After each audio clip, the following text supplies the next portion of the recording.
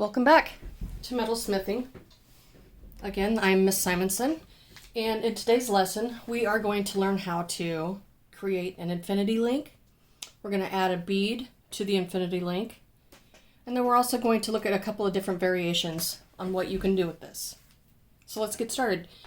You will need all three of your tools, and any of your wires should work for this. I would recommend using something on the smaller side though for this, at least while you get started. But at some point I would like for you to try all three metals just to see how each one works differently. So let's get started. So we're going to start with our round nose pliers, and this is 18 gauge brass wire. Don't let the word red there throw you for a loop. It's just the way it's categorized. Actually, the reason it says red, I'll tell you, is because it has more copper. They have another type of brass that has less copper, but because of the higher content of copper in this one, they call it red. And that's also what makes it more recyclable. So, let's start.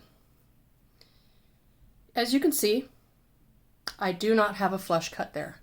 So that's the first thing I'm going to do. Again, the flat flush side is the side I want towards whatever I'm working on.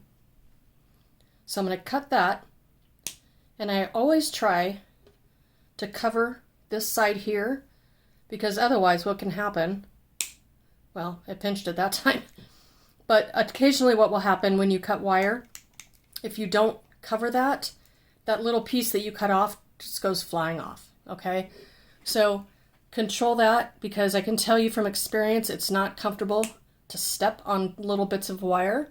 It can hurt your pets. I've been hit by flying wire before, so this is a good habit to get into. So if I cut it this way with the flat side facing out away from my work here, now you can see that little flash or that shine. That is not a flush cut. So I'm going to trim that off. And I'm setting all my scraps over to the side here because I can save these. So at the end of my day, I'm going to put all these little bits and pieces into the correct recycling pile, and so it doesn't get wasted. Okay. So with your round nose pliers, where you start is going to determine how big of a loop you have. So for this, I'm going to start at the back. And when I go to place my wire here, I want to make sure that there's no wire sticking out from this side. So I will put the wire in there, and I will rub my finger here just to verify that there's nothing sticking out. If I was to make my first loop with that wire sticking out, it would not be round. All right, so wire's in, nothing sticking out. And so my non-dominant hand, left, is going to be up here holding the wire and controlling it. You generally will always want to have both hands involved here and not back here, because if I'm back here and I go to wrap that, do you see how it's away from the pliers? Okay, the goal is to control the wire and not let the wire control you. So I'm going to place the wire, make sure there's nothing sticking out. And so now I'm going to rotate my right hand, and I get to this position where my hand's all kind of twisted into an awkward position. So I'm going to open the jaws of my pliers, rotate around, close, and finish that circle. Okay? Don't take the wire off to move your hand. Just work your hand, open and release, turn it back, and finish the circle. So now we need to make the loop on the other side. We're looking to get wire that looks like this. So I'm going to look at what side that's facing. So right now it's facing away from me. So when I put my pliers back on the wire, I'm going to rest that loop right up against there. Again, I'm holding with my left hand, And because this is facing away from me, I'm going to bring this wire towards me to make that loop. So I'm going to turn. I need to release and come back to the beginning so I can finish that loop.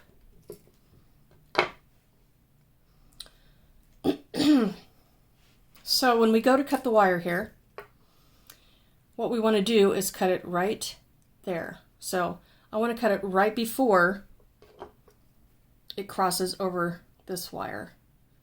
If I cut it down here, I'm going to get an infinity link that has this pokey little tail on it. So I can come back and just trim that right there. Get rid of that. And so it's not exactly flat, right? So all I need to do to fix that is my chain nose pliers, and I'm just going to kind of squeeze down on that and work my way across it. So there's my first infinity link. Let's do it again. So this wire is not flush. So I'm going to trim that off. And if you ever are in doubt as to if this is flush or not, just go ahead and flush cut it. All right? That's literally the first thing I look at when I'm grading work, is whether or not your work has flush cuts. And I'll show you why. If I was to have work here, and that's not flush, so I'll make my infinity link. Same rules apply. I'm just going to ignore the fact that that's not flush. So I'm coming back in. My loop is facing away from me. So I'm going to put that loop right on top of the pliers, and I'm going to go the other direction. And I'm trying to stay on the same spot so that my loops are the same size. So I'll cut that right before it crosses over. Now, because that first loop I made was not flush, what would happen is if I went to join this one onto here, because that wire is not flat and it comes to a point, right? That creates a weak spot in that link. So it's much easier for your work to pull apart if that's not flush cut. All right, so I'm going to trim that off.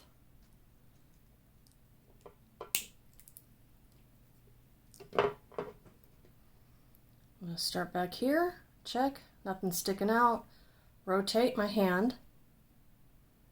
I'm going to open and bring that back and rotate all the way around so that that is a finished loop. And I'll put my wire back onto my pliers in the same spot. It's facing away from me, so I need to come the other direction. So I'm going to work towards me. And you may notice right now that I am working off the spool. As much as possible, you want to try to work off your spool or your piece of cardboard that you have, because that creates a lot less waste. So there we go. There's link number 2. And so again, this one is not perfectly flat. So I'm just going to squeeze it until it is flat. And by doing that, not only am I flattening this component, I'm also work hardening it just a little bit. The more you move a piece of wire, so it starts so that it's fairly flexible, but the more I move and bend this, the harder it gets. And at some point, if I would have kept going back and forth with that, it would have broke. So that's something to keep in mind.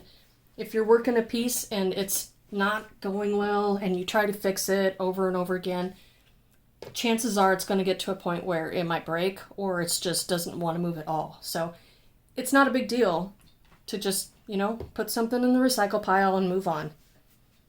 fact, I'm sure even look, when I was setting up for this, even I made some that I was just like, nope, those are going away. Okay? Don't beat yourself up. It's not a big deal. This right here, right now, is practice. So, our next step in this is going to be to add a bead to the infinity link. So here I'm going to add my bead. These are what's called crazy, it's an agate. This is crazy lace. So I'm going to add my bead and just let it kind of fall back. Just as before, I'm going to start my wire and make sure there's nothing sticking out. I'm going to rotate my hand, open and release, and bring it back, and then finish that circle. So now I'm going to bring my bead back, and I'm going to rest it right up against that loop that I just made. I'm going to check where that loop is, and it's facing away from me. So I'm going to come to the other side of the bead, right up against it, and I'm going to go the opposite direction. So, and I'm sliding a little bit on my pliers, so I'm just making that adjustment there. So I'm going to trim that.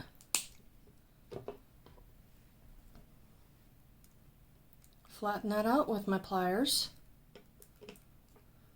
So you may have it end up sometimes where they're not on the same plane. So for right now, I want to focus on getting those on the same plane. All right. So I'm going to step back here for just a second and explain something. While you're doing this, the first couple times, and even I've done this, I'll just like start getting into a, I don't know, zen, and just making loops and not pay attention to the orientation of this loop when I go back to make my second one. And if I don't turn in the opposite direction, what I get is this. So if you see this happen, just understand that what happened is that you did not check the orientation of one of these loops before you made the second one. Now, I want to see if I can't save this. But first I'm going to do something else. Get a little out of order here, sorry. So I'm going to flush cut that. I'm going to do one more with the bead. Okay, so I added my bead to the wire, and I just let it kind of go away. Place my wire, rotate, come back, finish the circle, bring my bead up against the circle I just made. Okay, and then I want to make sure that when I make the loop on the other side that I go in the opposite direction so I can see that that's facing away from me. So this wire I'm going to turn towards me. It is a little trickier to make the second loop when you're up against the bead, so take your time with it. So I'll trim that off.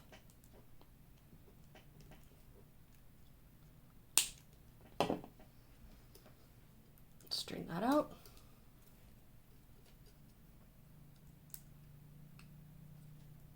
Just take a look from it. Okay. So up till now, what we've been doing is making all of our infinity links where the loops are on the same plane. So what we're going to do now is we're going to rotate half of that. First I'm going to flush cut. So now I'm going to go in, nothing there, bracing the wire, rotate, open and bring it back, go all the way around. So I'm going to make the second loop exactly the same way. So this is facing away from me. I'm going to rotate that back towards me to finish that second loop. Trim this off.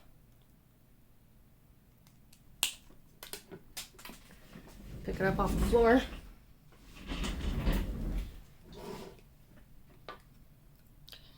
flatten it out.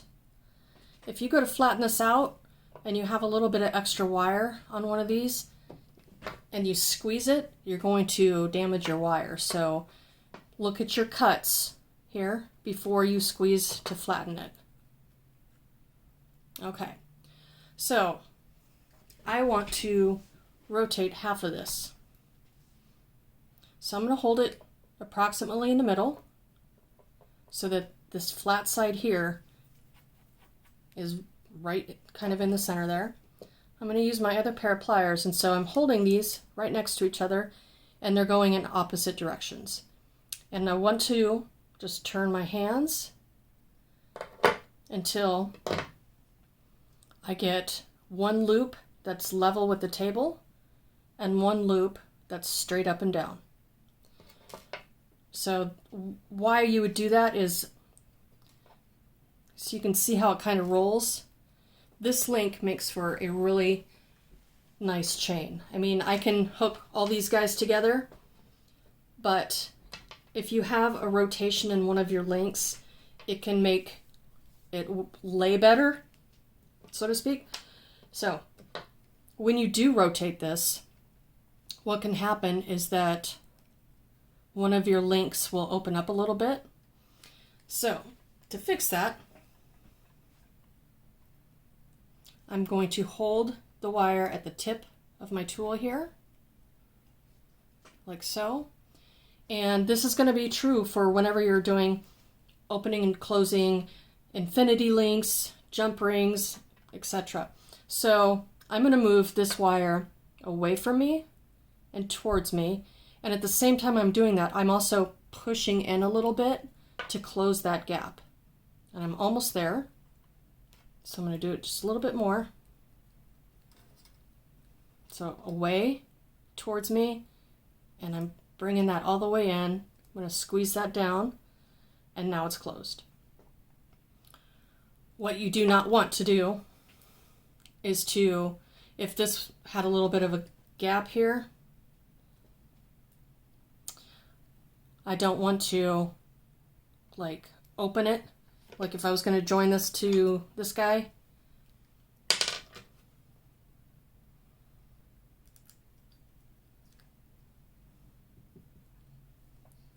that will distort your circles. So when you're opening and closing rings, you want to hold it near the opening, so look right up here, and rotate that back and forth, away and towards you until it closes. So that is how you would join them. So I'll make another rotated one.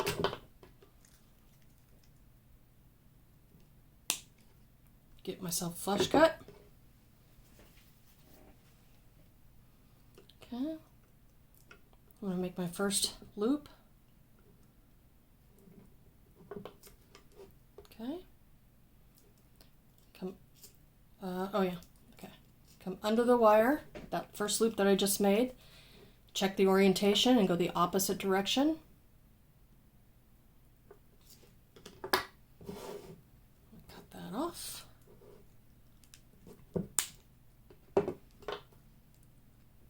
Flatten it out.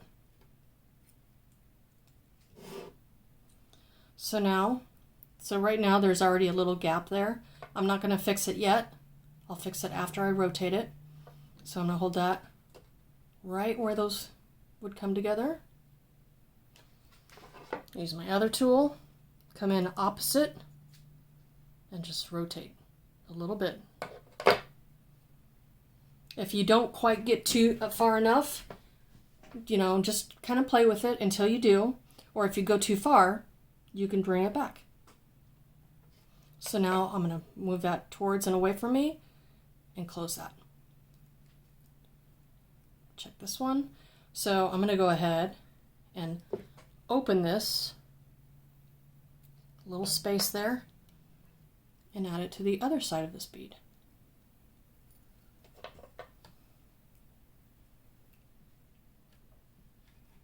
So now I have the start of a chain.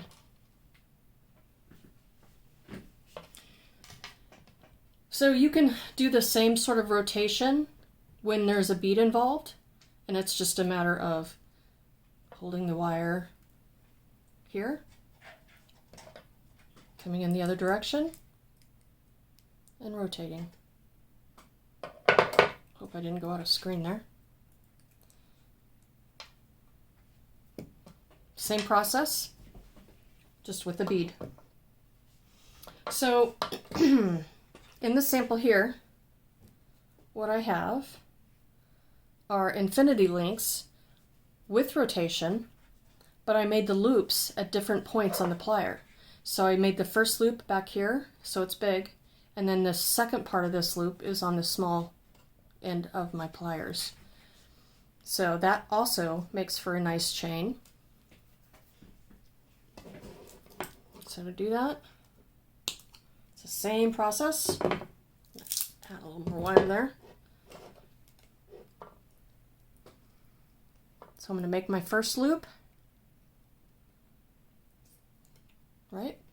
So now instead of going to the back, I'm going to come towards the front. I'm going to look at my orientation,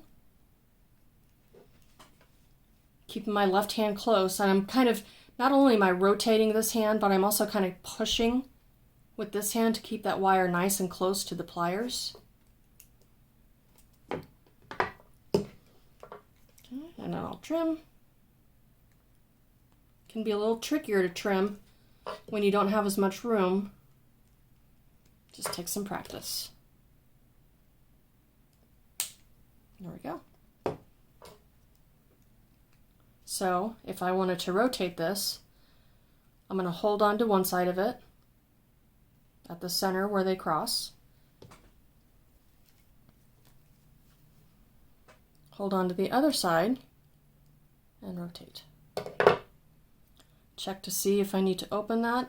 So if I had several of these and I wanted to add them to the chain here, it's going to be easier for me to open and close the big side versus the little side. So that's what I'll do here. So I'm just going to open that up and add the big part to the little part,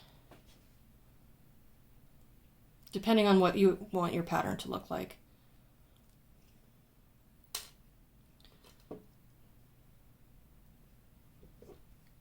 My hands are a little shaky, it's past my lunchtime. All right, so I close that. Oh, look what I did. I put the two big ends together. I don't like that.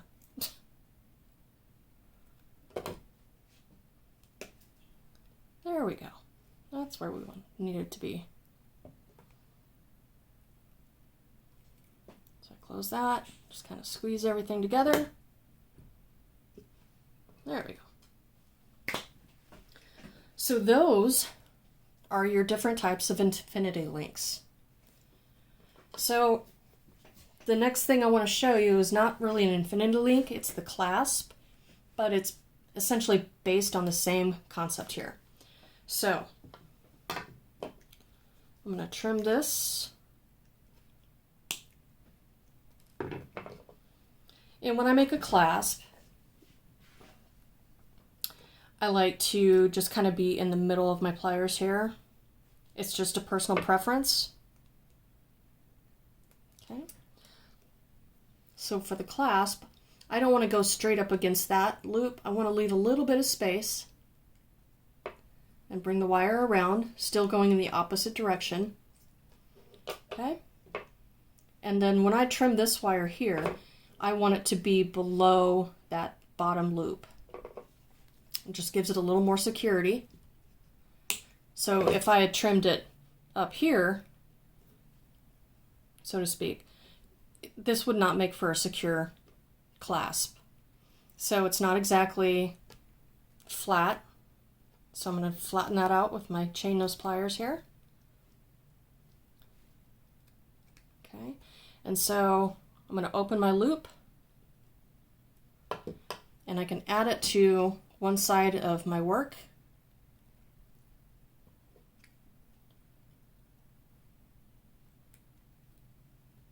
Okay, so that's closed. So if I had, probably 10 more of these guys over here, I would have a full bracelet with a clasp. And do you see anything else that that shape kind of resembles?